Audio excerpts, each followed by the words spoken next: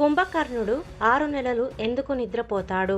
రామాయణ మహాకావ్యంలో అత్యంత విచిత్రమైన భయానకమైన పాత్ర కుంభకర్ణుడు.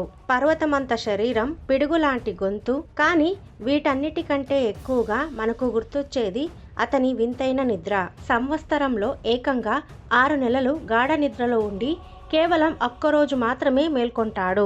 అసలు అంతటి మహాబలశాలికి ఈ వింత అలవాటు ఎలా వచ్చింది? నిజానికి కుంభకర్ణుడు కోరుకున్నది ఈ నిద్రను కాదని మీకు తెలుసా? దీని వెనుక స్వర్గలోక అధిపతి ఇంద్రుడు మరియు చదువుల తల్లి సరస్వతీదేవి ఆడిన ఒక పెద్ద నాటకం దాగి ఉంది. ఆ ఆసక్తికరమైన పురాణ గాథను ఇప్పుడు వివరంగా తెలుసుకుందాం. ఒకానొక సమయంలో లోకకంటకులైన రావణాసురుడు, తన తమ్ముళ్ళు కుంభకర్ణుడు, విభీషణుడు ముగ్గురు కలిసి తమ శక్తులను పెంచుకోవడం కోసం సృష్టికర్త అయిన బ్రహ్మదేవుడి కోసం ఘోరమైన తపస్సు ప్రారంభించారు. వారి తపస్సు తీవ్రతకు ముల్లోకాలు కంపించిపోయాయి.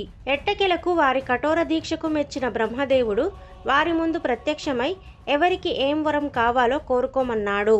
ఇక్కడే అసలు కథ మొదలైంది. మహాబలశాలి అయిన కుంభకర్ణుడు తన మనసులో ఒక కోరిక బలంగా అనుకున్నాడు. అదేంటంటే దేవలోకానికి అధిపతి అయిన ఇంద్రుడి సింహాసనం, అంటే ముల్లోకాలను పాలించే ఇంద్రాసనం కావాలని కోరుకోవాలనుకున్నాడు. ఈ విషయం తెలుసుకున్న దేవేంద్రుడు హలిడిపోయాడు. మామూలుగానే రాక్షసులు అత్యంత క్రూరులు. అలాంటిది కుంభకర్ణుడి లాంటి మహాబలశాలికి ఇంద్రాసనం దక్కితే ఇక దేవతలకు మానవులకు మనుగడ ఉండదని భయపడ్డాడు. వెంటనే పరుగున వెళ్లి వాగ్దేవి అయిన సరస్వతీదేవి పాదాలపై పడ్డాడు. తల్లి, లోకాలను కాపాడాలంటే నువ్వే దిక్కు. కుంభకర్ణుడు వరం అడిగి ఆ ఒక్క క్షణం నువ్వు అతని నాలుకపై ఆవహించి అతను అడగాలనుకున్నది కాకుండా వేరేది అడిగేలా మాయ చెయ్యి అని వేడుకున్నాడు. లోక కళ్యాణం కోసం సరస్వతీదేవి ఇంద్రుడి అభ్యర్థనను మన్నించింది. అటు బ్రహ్మదేవుడు కుంభకర్ణుడిని ఏం వరం కావాలో కోరుకో అని అడిగాడు. అప్పుడు కుంభకర్ణుడు అత్యంత గర్వంగా ఇంద్రాసనం అని అడగడానికి నోరు తెరిచాడు. సరిగ్గా అదే సమయానికి సరస్వతీదేవి అదృశ్య రూపంలో వచ్చి అతని నాలుకపై కూర్చుంది. ఆమె మాయ వల్ల కుంభకర్ణుడి నోటి నుండి ఇంద్రాసనం అనే మాటకు బదులుగా నాలుక తడబడి నిద్రాసనం కావాలని అడిగాడు. అతను అడిగిన వెంటనే మరో ఆలోచన లేకుండా బ్రహ్మదేవుడు తథాస్తు అని వరమిచ్చేశాడు. అంతే, వరం ప్రభావంతో కుంభకర్ణుడు అక్కడికక్కడే తన భారీ ఖాయంతో నేలకూలి గాఢ నిద్రలోకి జారుకున్నాడు. జరిగిన ఘోరాన్ని చూసి రావణుడు దిగ్భ్రాంతి చెందాడు.